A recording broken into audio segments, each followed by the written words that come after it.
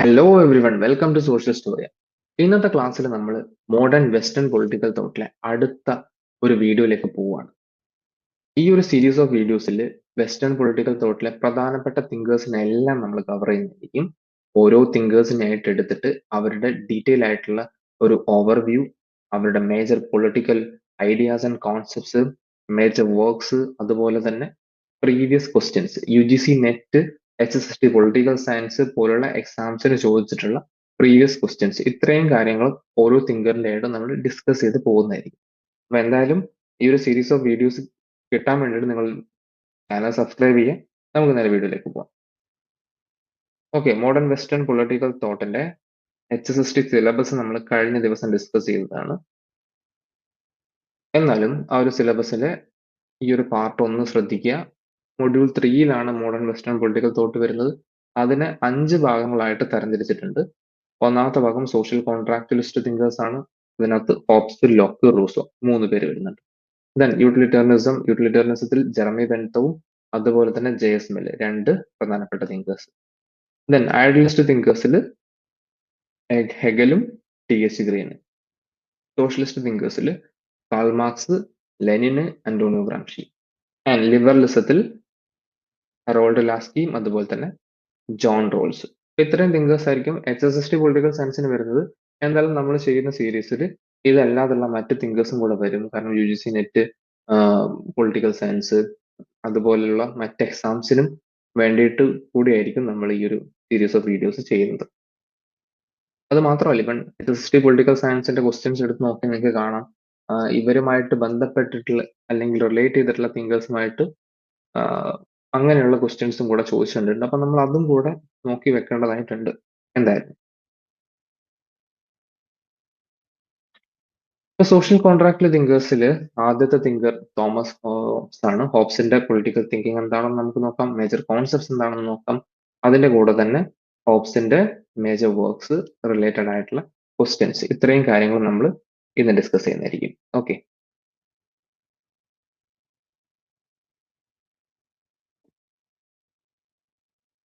ആദ്യം ഹോബ്സിന്റെ ഒരു general introduction. 1588 ഇംഗ്ലണ്ടിലെ വെസ്റ്റ് പോർട്ട് എന്ന് പറയുന്ന സ്ഥലത്താണ് ഏപ്രിൽ 5 തോമസ് ഹോബ്സ് ജനിക്കുന്നത്. അത്യാവശ്യം വെൽത്തി ആയിട്ടുള്ള ഒരു ക്ലർജി ഫാമിലിയിലാണ് ജനിക്കുന്നത്. അദ്ദേഹത്തിന്റെ ഫാദർ എന്ന് പറയുന്ന ക്ലർജി മെമ്പർ ആയിരുന്നു. ആൻഡ് ഓക്സ്ഫോർഡിലെ എഡ്യൂക്കേഷന് ശേഷം തോമസ് ഹോബ്സ് വില്യം കാവൻഡിഷിന്റെ ട്യൂട്ടർ ആയിട്ട് വർക്ക് ചെയ്തിട്ടുണ്ട്. Then he was a witness of the constitutional turmoil in England. നമ്മൾ പലപ്പോഴും പറയാറുണ്ട് ഓരോ തിങ്കറും അദ്ദേഹത്തിന്റെ ടൈമിന്റെ കൂടെ റിഫ്ലക്ഷൻ ആണ്. ഹോബ്സിനെ സംബന്ധിച്ചിടത്തോളം ഹോബ്സ് പലപ്പോഴും ക്രിട്ടിസൈസ് ചെയ്യപ്പെട്ടിട്ടുണ്ട്. എന്തുകൊണ്ടാണ് ഹോബ്സ് പൊളിറ്റിക്കൽ അബ്സല്യൂട്ടിസം അല്ലെങ്കിൽ വളരെ സ്ട്രോങ് ആയിട്ടുള്ള ഒരു അതോറിറ്റേറിയൻ കൈൻഡ് ഓഫ് ഒരു സ്റ്റേറ്റിനെ പ്രപ്പോസ് ചെയ്യുന്നത് എന്നുള്ളത്. അപ്പൊ അത് ഒരു പക്ഷെ അദ്ദേഹത്തിന്റെ ടൈമിന്റെ കൂടെ റിഫ്ലക്ഷൻ ആയിരിക്കാം. അദ്ദേഹം ജീവിച്ചിരുന്ന സമയം എന്ന് പറഞ്ഞാൽ ഇംഗ്ലണ്ടിൽ അത്രയും പ്രശ്നങ്ങൾ നടന്നുകൊണ്ടിരിക്കുന്ന, കോൺസ്റ്റിറ്റ്യൂഷണൽ ടേർമോയിൽ നടന്നുകൊണ്ടിരുന്ന, സിവിൽ വാർ കൈൻഡ് ഓഫ് കാര്യങ്ങൾ നടന്നുകൊണ്ടിരുന്ന ഒരു സമയമാണ്. അപ്പൊ അതുകൊണ്ട് തന്നെ അദ്ദേഹം ഒരു സ്ട്രോങ് ആയിട്ടുള്ള ഒരു ഗവൺമെന്റിനെ പ്രപ്പോസ് ചെയ്തെന്ന് വേണമെങ്കിൽ നമുക്ക് പറയാം. 1640 ആകുമ്പോൾ ഹോബ്സ് പാരീസിലേക്ക് പോകുന്നു. അവിടെ ചാൾസ് സെക്കൻഡ് ട്യൂട്ടറായിട്ട് വർക്ക് ചെയ്യുന്നു. ദെൻ പിന്നീട് ആ ഒരു സമയത്ത് അദ്ദേഹത്തിന്റെ ഒരു പുസ്തകത്തിന്റെ പബ്ലിക്കേഷനുള്ള എഫേർട്ടും കാര്യങ്ങളൊക്കെ നടക്കുന്നുണ്ട്. ദെൻ 1651 അദ്ദേഹത്തിന്റെ ഏറ്റവും ഫേമസ് ആയിട്ടുള്ള, നമ്മൾ പൊളിറ്റിക്കൽ സയൻസ് സ്റ്റുഡൻസിനെ സംബന്ധിച്ചിടത്തോളം പ്രധാനപ്പെട്ടതായിട്ടുള്ള ലെവിയാത്താൻ പബ്ലിഷ് ചെയ്യുന്നത് 1651. ഇതിനകത്താണ് അദ്ദേഹം സോഷ്യൽ കോൺട്രാക്ട് പോലുള്ള കോൺസെപ്റ്റ് ഡിസ്കസ് ചെയ്യുന്നത്. അതിന്റെ ഒരു ഫൗണ്ടേഷൻ, ഇപ്പം നാച്ചുറൽ ലോ ട്രഡീഷന്റെ ഒരു ഫൗണ്ടേഷൻ ഈ ഒരു ബുക്കിലാണ് എന്ന് വേണമെങ്കിൽ നമുക്ക് പറയാം. ദെൻ 1679 ആകുമ്പോൾ അദ്ദേഹം മരണമടയുന്നത് ഡിസംബർ 4. നമുക്ക് അദ്ദേഹത്തിന്റെ പ്രധാനപ്പെട്ട കോൺസെപ്റ്റ്സ് എന്തൊക്കെയാണ് എന്ന് നോക്കാം. First thing, Hobbes started the natural law tradition in political philosophy. Political ഫിലോസഫിയിലെ നാച്ചുറൽ ലോ ട്രഡീഷൻ സ്റ്റാർട്ട് ചെയ്തത് ഹോബ്സ് ആണ്. അപ്പൊ നമുക്കറിയാം സ്റ്റേറ്റ് ഓഫ് നാച്ചർ അല്ലെങ്കിൽ ഹ്യൂമൻ നാച്ചർ പോലുള്ള കോൺസെപ്റ്റ്സ് ഹോബ്സ്, ലോക്ക്, റൂസോ 3 പേരുടെയും ഇതിനകത്ത് കാണാം. നമുക്ക് പൊളിറ്റിക്കൽ സയൻസ് അല്ലെങ്കിൽ അവരുടെ പൊളിറ്റിക്കൽ തോട്ട്സ് നമുക്ക് കാണാം. ഈ 3 തിങ്കേഴ്സിന്റെയും പ്രധാന പ്രത്യേകത എന്ന് പറയുന്നത് ദേവർ സോഷ്യൽ കോൺട്രാക്ടിസ്റ്റ്. അതായത് സ്റ്റേറ്റിന്റെ എമർജൻസിനെ പറ്റി പറയുന്ന, സ്റ്റേറ്റിന്റെ എക്സിസ്റ്റൻസിനെ എക്സ്പ്ലെയിൻ ചെയ്യുന്ന ഒരുപാട് തിയറീസ് ഉണ്ട്. ഇപ്പം ഡിവൈൻ ഒറിജിൻ തിയറി അല്ലെങ്കിൽ എവല്യൂഷണറി തിയറി, അങ്ങനെയുള്ള ഒരുപാട് തിയറീസ് ഉണ്ട്. അതിനകത്ത് മറ്റൊരു പ്രധാനപ്പെട്ട തിയറിയാണ് സോഷ്യൽ കോൺട്രാക്ട് തിയറി എന്ന് പറയുന്നത്. അപ്പൊ സോഷ്യൽ കോൺട്രാക്ട് തിയറിയിൽ സ്റ്റേറ്റിന്റെ എക്സിസ്റ്റൻസിനെ എക്സ്പ്ലെയിൻ ചെയ്യുന്നത് സ്റ്റേറ്റ് നിലവിൽ വന്നത് ആളുകൾ തമ്മിലുള്ള ഒരു കോൺട്രാക്ടിന്റെ ഫലമായിട്ടാണ്. അതായത് ആളുകൾ തമ്മിൽ ഓക്കെ ഞാനും എന്നെ ഭരിക്കാനുള്ള അവകാശം ദാ ഈ അതോറിറ്റിക്ക് കൊടുക്കുന്നു, നീയും എന്നെ ഭരിക്കാനുള്ള അവകാശം ഈ അതോറിറ്റിക്ക് കൊടുക്കൂ എന്ന രീതിയിൽ ഒരു കോൺട്രാക്ട് ആളുകൾ തമ്മിൽ ഉണ്ടാക്കിയിട്ടാണ് എന്തുണ്ടാവുന്നത്, സ്റ്റേറ്റ് ഉണ്ടാവുന്നത് എന്ന് പറയുന്ന തിയറിയാണ് സോഷ്യൽ കോൺട്രാക്ട് തിയറി. ഈ സോഷ്യൽ കോൺട്രാക്ട് തിയറിയിലുള്ള കുറച്ച് ടേംസ് ഉണ്ട്. State of nature, human nature, social contract, ഇതൊക്കെ നമുക്ക് മനസ്സിലാക്കി വെച്ച് കഴിഞ്ഞാൽ ഈ തിയറി എളുപ്പം മനസ്സിലാവും. ബേസിക് സാധനമാണ്, പൊളിറ്റിക്കൽ സയൻസ് പഠിച്ച ആളുകൾക്ക് ഏകദേശം അറിയാവുന്ന കാര്യമാണ്. എന്നാൽ പോലും ഞാൻ ബേസിക് തൊട്ട് പറഞ്ഞ് പോവുകയാണ്. ഓക്കെ, സ്റ്റേറ്റ് ഓഫ് നാച്ചർ എന്ന് പറയുന്നത് എന്താണെന്ന് നോക്കാം ആദ്യം നമുക്ക്. State of nature is the condition before the existence of political society. Simply ഇത്രയാണ് സ്റ്റേറ്റ് നിലവിൽ വരുന്നതിന്റെ മുന്നേയുള്ള, അല്ലെങ്കിൽ പൊളിറ്റിക്കൽ സൊസൈറ്റി നിലവിൽ വരുന്നതിന്റെ മുന്നേയുള്ള ഒരു പീരീഡിനാണ് എന്ത് വിളിക്കുന്നത്, സ്റ്റേറ്റ് ഓഫ് നാച്ചർ എന്ന് വിളിക്കുന്നത്. അതായത് യാതൊരു ലോയോ അല്ലെങ്കിൽ മറ്റൊരു കാര്യങ്ങളോ റെസ്ട്രിക്ട് ചെയ്യാൻ ഒന്നുമില്ലാത്തൊരു അവസ്ഥയാണ് എന്ത്, സ്റ്റേറ്റ് ഓഫ് നാച്ചർ എന്നത്. നാച്ചുറൽ ലോ മാത്രം എക്സിസ്റ്റ് ചെയ്യുന്ന ഒരു പീരീഡിനെയാണ് സ്റ്റേറ്റ് ഓഫ് നാച്ചർ എന്ന് പറയുന്നത്. ഇനി എന്താണ് ഈ സ്റ്റേറ്റ് ഓഫ് നാച്ചർ, അല്ലെങ്കിൽ ഹോബ്സിനെ സംബന്ധിച്ചിടത്തോളം സ്റ്റേറ്റ് ഓഫ് നാച്ചർ എങ്ങനെയായിരുന്നു എന്ന് നമുക്ക് നോക്കാം. ഹോബ്സ് സ്റ്റേറ്റ് ഓഫ് നാച്ചറിനെ ഡിസ്ക്രൈബ് ചെയ്തത് state of nature was like A state of വാർ എന്നാണ്. ഒരു യുദ്ധ സമാനമായിട്ടുള്ള, എല്ലാവരും അങ്ങോട്ടും ഇങ്ങോട്ടും അടിയുണ്ടാക്കിക്കുന്ന പ്രശ്നങ്ങളായിരുന്ന ഒരു പീരീഡ് ഓഫ് ടൈമിനെയാണ്, ഒരു പീരീഡ് ഓഫ് ടൈം ആയിട്ടാണ് ഹോബ്സ് സ്റ്റേറ്റ് ഓഫ് നാച്ചറിനെ കാണുന്നത്. എന്തുകൊണ്ടാണ് അങ്ങനെ കാണുന്നത്? കാരണം ഹോബ്സിനെ സംബന്ധിച്ചിടത്തോളം he had A pessimistic view on human nature. Human nature എന്താണെന്ന് ചോദിച്ചാൽ വളരെ നെഗറ്റീവ് ആയിട്ടുള്ള ഒരു വ്യൂ ആണ് നമ്മുടെ ഹോബ്സിന് ഉണ്ടായിരുന്നത്. He was saying, he described human beings as selfish, nasty and egoistic nature. സെൽഫിഷും നാസ്റ്റിയും ഈഗോയിസ്റ്റിക്കും ആയിട്ടുള്ള ഒരു ബീയിങ് ആയിട്ടാണ് ഹ്യൂമൻ ബീങ്സിനെ ഹോബ്സ് അവതരിപ്പിക്കുന്നത്. അതുകൊണ്ട് തന്നെ സ്റ്റേറ്റ് ഓഫ് നാച്ചർ എന്ന് പറയുന്നത് ഒരു പെർമനന്റ് വാർ ലൈക്ക് സിറ്റുവേഷൻ ആയിരുന്നു. ഒരു റിലേഷൻഷിപ്പ് ബിറ്റ്വീൻ ഹ്യൂമൻ ബീങ്സ് എന്ന് പറയുന്നത് it was permanent rivalry between human beings. അങ്ങോട്ടും ഇങ്ങോട്ടും എപ്പോഴും അടിയുണ്ടാക്കിയിട്ടുള്ള, അല്ലെങ്കിൽ ഒരു സസ്പീഷൻ, ഞാനിപ്പോൾ ആക്രമിക്കപ്പെടുവോ, അല്ലെങ്കിൽ എന്നെ ആരെങ്കിലും, എന്റെ സമ്പത്ത് ആരെങ്കിലും എടുക്കുവോ, അല്ലെങ്കിൽ അയാളുടെ സമ്പത്ത് എങ്ങനെ കൈക്കലാക്കാം എന്നൊക്കെ രീതിയിലുള്ള ഒരു സസ്പീഷൻ ആൻഡ് ഹോസ്റ്റിലിറ്റി സിറ്റുവേഷൻ ആയിരുന്നു ഈ ഒരു സ്റ്റേറ്റ് ഓഫ് നാച്ചർ എന്ന് പറയുന്നത്. And complete liberation of individuals. പക്ഷെ അതേസമയം തന്നെ കംപ്ലീറ്റ് ലിബറേഷൻ ആയിരുന്നു, കാരണം റെസ്ട്രിക്ട് ചെയ്യാൻ ഒരു അതോറിറ്റിയോ കാര്യങ്ങളോ ഇല്ല. അതുകൊണ്ട് തന്നെ ഒരു സെക്യൂരിറ്റിയോ ഒരു ചാൻസസ് ഓഫ് ഡെവലപ്മെന്റോ അവിടെ ഉണ്ടായിരുന്നില്ല. There was no security or no chances of development. അപ്പൊ ഇതിനെ എൻഡ് ചെയ്തിട്ട് ഒരു പീസ്ഫുൾ സിറ്റുവേഷൻ ഉണ്ടാക്കാൻ വേണ്ടിയിട്ടാണ്, ഈ വാർലൈക്ക് സിറ്റുവേഷൻ എൻഡ് ചെയ്യാൻ വേണ്ടിയിട്ടാണ് എന്ത് ചെയ്തത്, ഹ്യൂമൻ ബീങ്സ് ഒരു സോഷ്യൽ കോൺട്രാക്റ്റിൽ എത്തിയത്. ഈ ഒരു രീതിയിലാണ് സ്റ്റേറ്റിന്റെ എക്സിസ്റ്റൻസിനെ സോഷ്യൽ കോൺട്രാക്ട് തിയറിസ്റ്റുകൾ, അല്ലെങ്കിൽ പ്രത്യേകിച്ചും ഹോബ്സ് ഡിസ്ക്രൈബ് ചെയ്യുന്നത്. ബാക്കി ഇപ്പോൾ റൂസോയുടെയും അതുപോലെ തന്നെ റോൾസ് ലോക്കിന്റെയും കാര്യങ്ങൾ നമ്മൾ വേറെ ഡിസ്ക്രൈബ് ചെയ്യും. സത്യത്തിൽ സോഷ്യൽ കോൺട്രാക്ട് തിയറി പഠിക്കാൻ ഏറ്റവും എളുപ്പം എന്ന് പറയുന്നത് ലോക്കിനെയും ഹോബ്സിനെയും റൂസോനെയും എടുത്ത് കമ്പയർ ചെയ്താണ്. അതിനകത്ത് ലോക്കിന്റെ ഹ്യൂമൻ നാച്ചർ എന്താണ്, ഹോബ്സിന്റെ ഹ്യൂമൻ നാച്ചർ എന്താണ്, റൂസോയുടെ ഹ്യൂമൻ നാച്ചർ എന്താണ്, അവരുടെ മൂന്നുപേരുടെയും സ്റ്റേറ്റ് ഓഫ് നാച്ചർ എന്താണ്, അവരുടെ സോഷ്യൽ കോൺട്രാക്ടിന്റെ നാച്ചർ എന്താണ് എന്ന് പഠിച്ച സംഗതി കഴിഞ്ഞു. കമ്പയർ ചെയ്ത് പഠിച്ചാൽ തന്നെ നമുക്ക് ഏകദേശം ഒരു ഐഡിയ കിട്ടും. ഓക്കെ, ഇനി സോഷ്യൽ കോൺട്രാക്ട് എന്താണെന്ന് നോക്കിയാൽ, social contract include all people live in a state of nature result in to the creation of sovereign. Social കോൺട്രാക്റ്റിൽ എല്ലാവരും, സ്റ്റേറ്റ് ഓഫ് നാച്ചുറൽ എല്ലാവരും ഇൻക്ലൂഡഡ് ആയിട്ടാണ് സോഷ്യൽ കോൺട്രാക്റ്റിനെ അവതരിപ്പിക്കുന്നത്. ആൻഡ് ഹോബ്സിയൻ സോഷ്യൽ കോൺട്രാക്റ്റിനെ മനസ്സിലാക്കാൻ നമുക്ക് ഈ ഒരൊറ്റ സെന്റൻസ്, ഈ ഒരു സെന്റൻസ് വായിച്ചാൽ തന്നെ മനസ്സിലാവും. ഓക്കെ, ഇങ്ങനെയാണ് ആ ഒരു കോൺട്രാക്ട് വരുന്നത്. I authorize and give up my right of governing myself to this man or to this assembly of man on the condition that thou means you, പണ്ടത്തെ ഇംഗ്ലീഷ് ആണ്, give up thy right, your right, thy means your right to him and authorize all his actions in like manner. അതായത് ഇത്രയേ ഉള്ളൂ contract എന്ന് പറയുന്നത്. ഞാൻ എന്നെ ഭരിക്കാനുള്ള അധികാരം ഇയാൾക്ക് അല്ലെങ്കിൽ ഈ ഗ്രൂപ്പ് ഓഫ് പീപ്പിളിന് കൊടുക്കുകയാണ്. നീയും നിന്നെ ഭരിക്കാനുള്ള അധികാരം അതേ രീതിയിൽ അയാൾക്ക് കൊടുക്കുകയാണെങ്കിൽ ഞാനും അത് ചെയ്യും. This is the contract. ഈ ഒരു രീതിയിലാണ് കോൺട്രാക്ട്. ഇനി ഹോബ്സിന്റെ കോൺട്രാക്ടിനെ സംബന്ധിച്ചിടത്തോളം നമ്മൾ ശ്രദ്ധിക്കേണ്ട ഏറ്റവും പ്രധാനപ്പെട്ട വസ്തുത എന്ന് പറയുന്നത്, ഹോബ്സിന്റെ സോഷ്യൽ കോൺട്രാക്ട് എന്ന് പറയുന്നത് it was made between subject, ജനങ്ങൾ തമ്മിൽ ഉണ്ടാക്കിയ ഒരു കോൺട്രാക്ട് ആണ്. And the sovereign was not a part of the contract. Sovereign അല്ലെങ്കിൽ അൾട്ടിമേറ്റ് അതോറിറ്റി എന്ന് പറയുന്നത് എന്തായിരുന്നു, ഈ ഒരു കോൺട്രാക്ടിന്റെ പാർട്ട് അല്ലായിരുന്നു. ബട്ട് റിസൾട്ട് ആയിരുന്നു. ഈ ഒരു കോൺട്രാക്ടിന്റെ റിസൾട്ട് ആയിട്ടാണ് എന്ത് വരുന്നത്, ഈ ഒരു സോവറിൻ വരുന്നത്. പക്ഷേ കോൺട്രാക്ടിന്റെ പാർട്ട് അല്ലായിരുന്നു. കോൺട്രാക്ടിന്റെ പാർട്ട് അല്ല എന്ന് പറയുമ്പോൾ എന്തായി, കോൺട്രാക്ട് ഇറിവോക്കബിൾ ആയി. അതുപോലെ തന്നെ ഈ ഈ കോൺട്രാക്ട് എന്ന് പറയുന്നത് ഇവർക്ക് മാത്രം ബാധകമുള്ളതായി. അങ്ങനെയാണ് ഒരു പൊളിറ്റിക്കൽ അബ്സല്യൂട്ടിസം അല്ലെങ്കിൽ ഒരു അതോറിറ്റേറിയൻ രീതിയിലേക്ക് ഈ ഒരു ഹോബ്സിന്റെ തിയറിയെ പിന്നീട് ക്രിട്ടിസൈസ് ചെയ്യപ്പെടുന്നത്. നോക്കാം നമുക്ക്. The sovereign determines what is just and what is unjust in the state.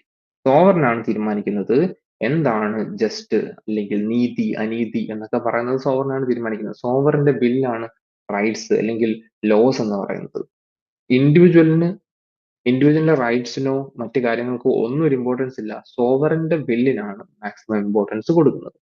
ഞാൻ നേരത്തെ പറഞ്ഞ പോലെ ഇറിവോക്കബിൾ ഇൻ നാച്ചർ ആയിരുന്നു ഈ പറഞ്ഞ കോൺട്രാക്ട് എന്ന് പറയുന്നത്. നമ്മൾ കോൺട്രാക്ടിനെ പറ്റി പറഞ്ഞു. എന്താണ് കോൺട്രാക്ട് എന്നുള്ളത് ഈ ഒരു സെന്റൻസ് വായിക്കുമ്പോൾ തന്നെ നിങ്ങൾക്ക് ഏകദേശം ഐഡിയ കിട്ടും. ദെൻ അതിന്റെ പ്രത്യേകത എന്തൊക്കെയാണ്? First thing, the contract was made between the subject. Sovereign അതിന്റെ ഒരു പാർട്ട് ആയിരുന്നില്ല. രണ്ടാമത്തത് ഇറിവോക്കബിൾ ആയിരുന്നു. മൂന്നാമത്തത് സോവറിൻ ആയിരുന്നു അൾട്ടിമേറ്റ് അതോറിറ്റി. അതുകൊണ്ട് തന്നെ സോവറിൻ ഡിറ്റർമൈൻ ചെയ്യുന്നതാണ് ജസ്റ്റും അൺജസ്റ്റും ബാക്കി എല്ലാ കാര്യങ്ങളും സൊസൈറ്റിയിലെ. ഓക്കെ. Political absolutism. എന്തുകൊണ്ടാണ് ഇതിനെ ഒരു പൊളിറ്റിക്കൽ അബ്സല്യൂട്ടിസം ആയിട്ട് ക്രിട്ടിസൈസ് ചെയ്യപ്പെടുന്നത്? First thing, the power of the sovereign was unlimited, undivided and inalienable. സോവറിന് അൺലിമിറ്റഡ് ആയിട്ടുള്ള ഡിവൈഡഡ് ആയിട്ടുള്ള എടുത്തു കളയാൻ പറ്റാത്ത പവർ കൊടുക്കുന്നത് കൊണ്ട് തന്നെയാണ് ഇതിനെ എന്ത് വിളിക്കുന്നത്, പൊളിറ്റിക്കൽ അബ്സല്യൂട്ടിസം ആണെന്ന രീതിയിലുള്ള ക്രിറ്റിസിസം വരുന്നത്.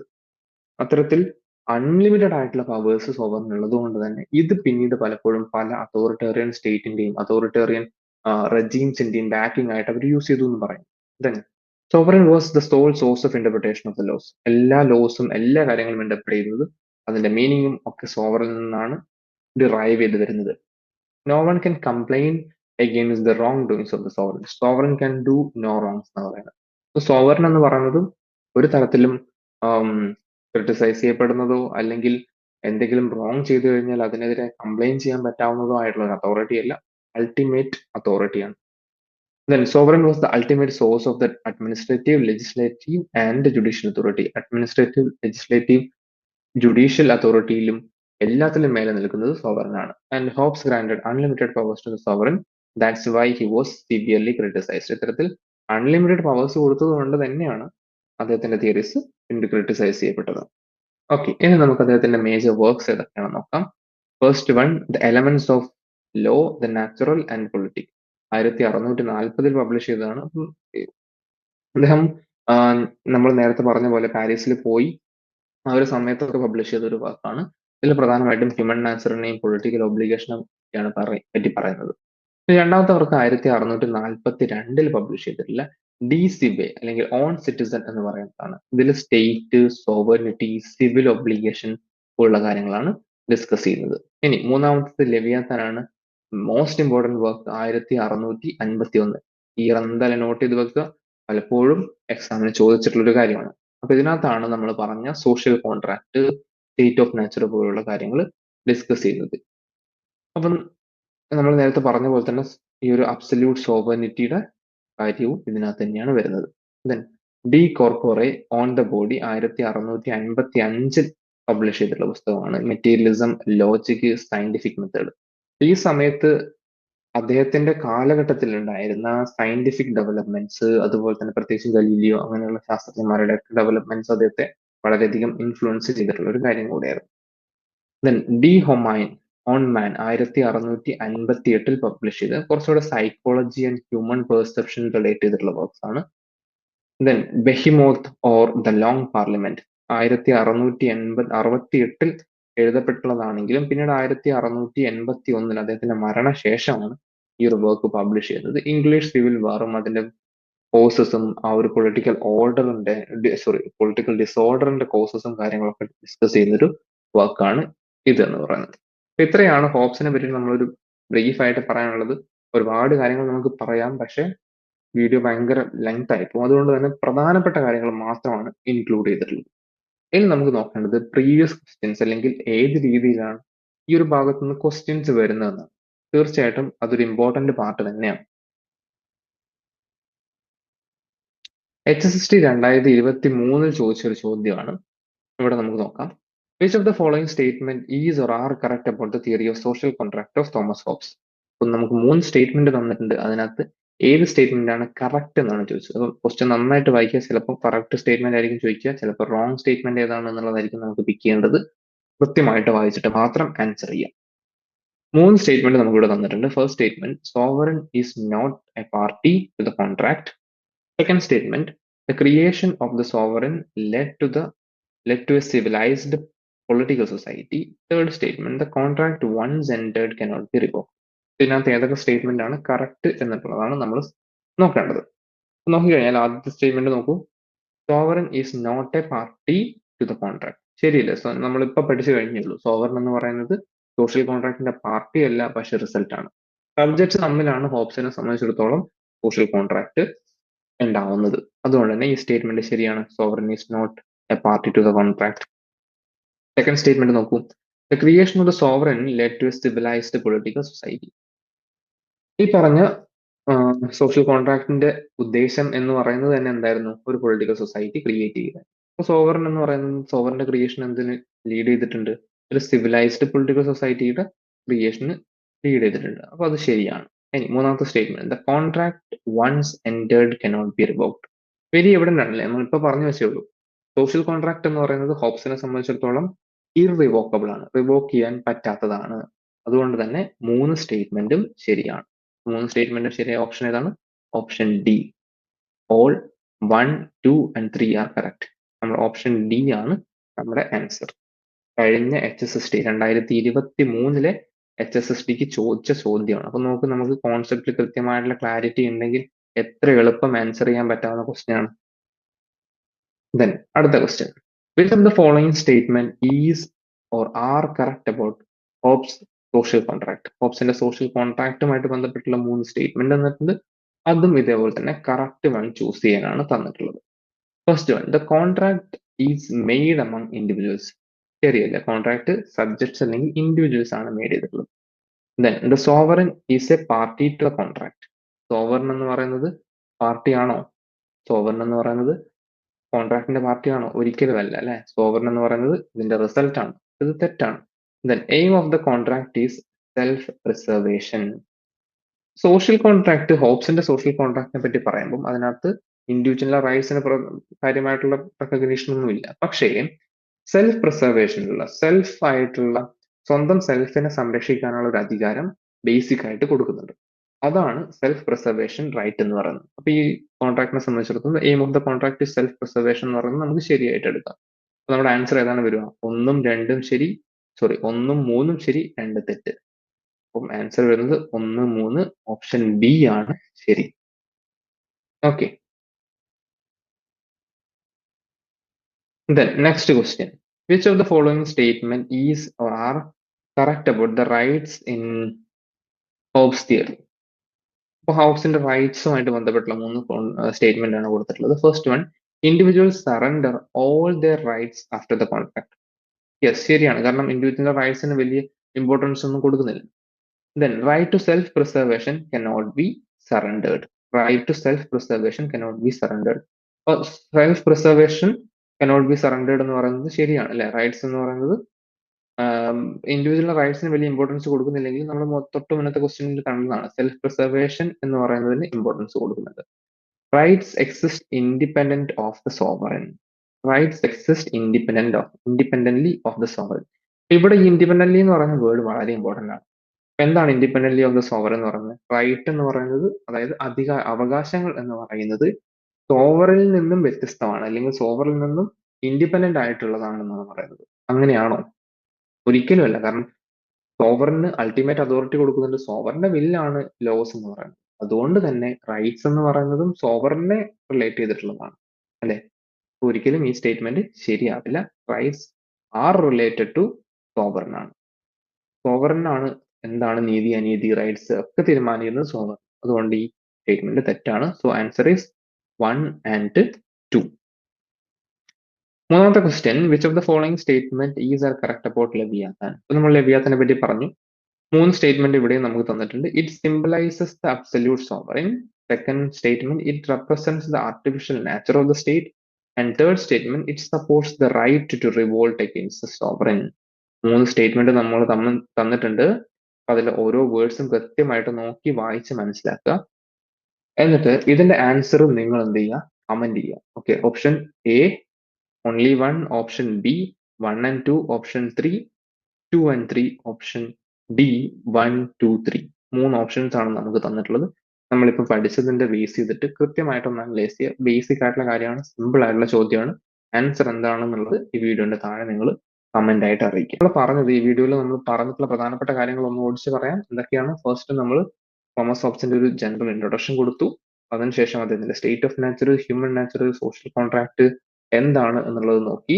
അതിനുശേഷം why he was criticised as the political absolutism, അത് നമ്മൾ നോക്കി. പിന്നെ മേജർ വർക്ക്സ്, ഓരോ വർക്ക്സിലും പ്രധാനപ്പെട്ട കാര്യങ്ങൾ എന്തൊക്കെയാണ്, അതിന്റെ ഇയർ ഏതൊക്കെയാണ് എന്നുള്ളതൊന്ന് പറഞ്ഞു വെച്ചു. അപ്പൊ വളരെ ബേസിക് ആയിട്ടുള്ള എക്സാം ഓറിയന്റഡ് ആയിട്ടുള്ള കാര്യങ്ങൾ മാത്രമാണ് പറഞ്ഞു വെച്ചിട്ടുള്ളത്.